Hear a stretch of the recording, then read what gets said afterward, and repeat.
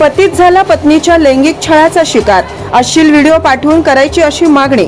कौटुंबिक छळाच्या प्रकरणांमध्ये महिलांवर होणाऱ्या अन्यायाबद्दल आपण ऐकतो, पण बंगळुरूमधील एक अत्यंत धक्कादायक आणि संतापजनक प्रकार समोर आलाय।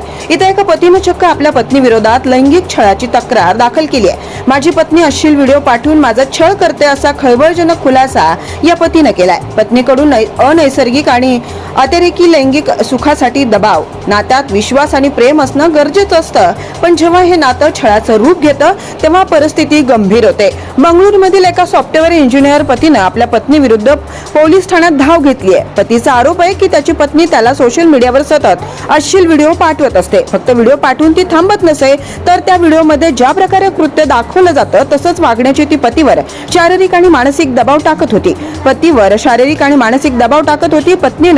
पतीनं जेव्हा या गोष्टीला विरोध केला तेव्हा तिला प्रचंड राग येत असे आणि ती त्याचं जगणं कठीण करत असे।